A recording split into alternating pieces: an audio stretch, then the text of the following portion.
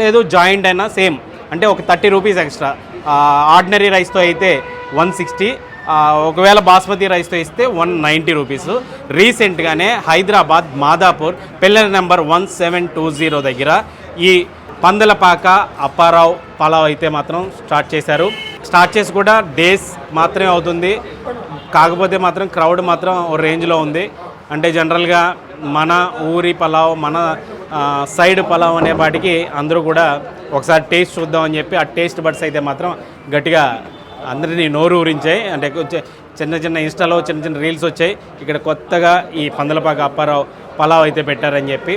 దాంతో మన గోదావరిలో అయితే మాత్రం క్యూ కట్టేసి వచ్చేసారు. అందుకే నేను కూడా ఇక్కడికి వచ్చి ఇక్కడ ఎలా ఉంది టేస్టు, అసలు ఇక్కడ కాస్ట్లు అయ్యి ఎలా ఉన్నాయి, ఇక్కడ ప్లేస్ ఎలా ఉంది, ఇవన్నీ చూసి చూద్దామని చెప్పి నేను కూడా వచ్చాను.